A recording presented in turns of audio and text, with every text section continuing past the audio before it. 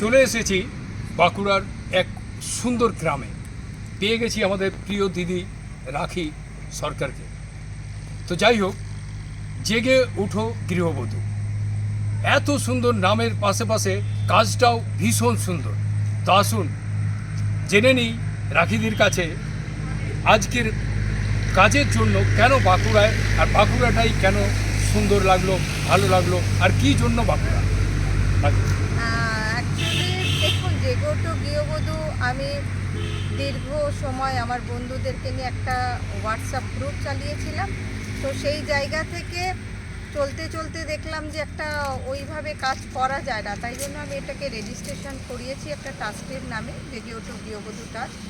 আর বাঁকুড়াটাকে ভেবেছি এই কারণে, দেখুন শহরতলিতে কিছু না কিছু ভাবে সহযোগিতা পায়, সেটা সরকারের অনুদান হোক যাই হোক। তো যদি বলেন কি গ্রামে পায় না, পায়, সেটা পায়। সেটা কিন্তু যারা পায় তারা নিজেদের মতন আত্মসাৎ করে।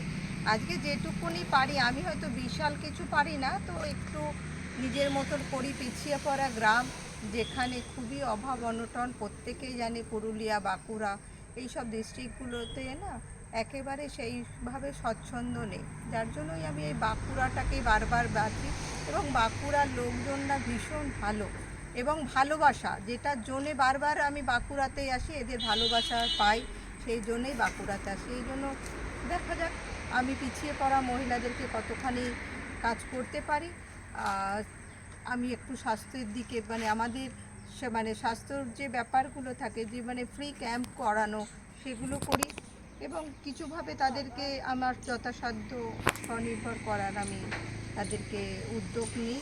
তাদেরকে আজকে তো সবে চলছি 1 বছর আমাদের রেজিস্ট্রেশন হয়েছে, এর মধ্যে তো বিশাল কিছু করতে পারবো না, কিন্তু ভবিষ্যৎ অনেকটাই আমরা প্ল্যান মাফিক চলছে।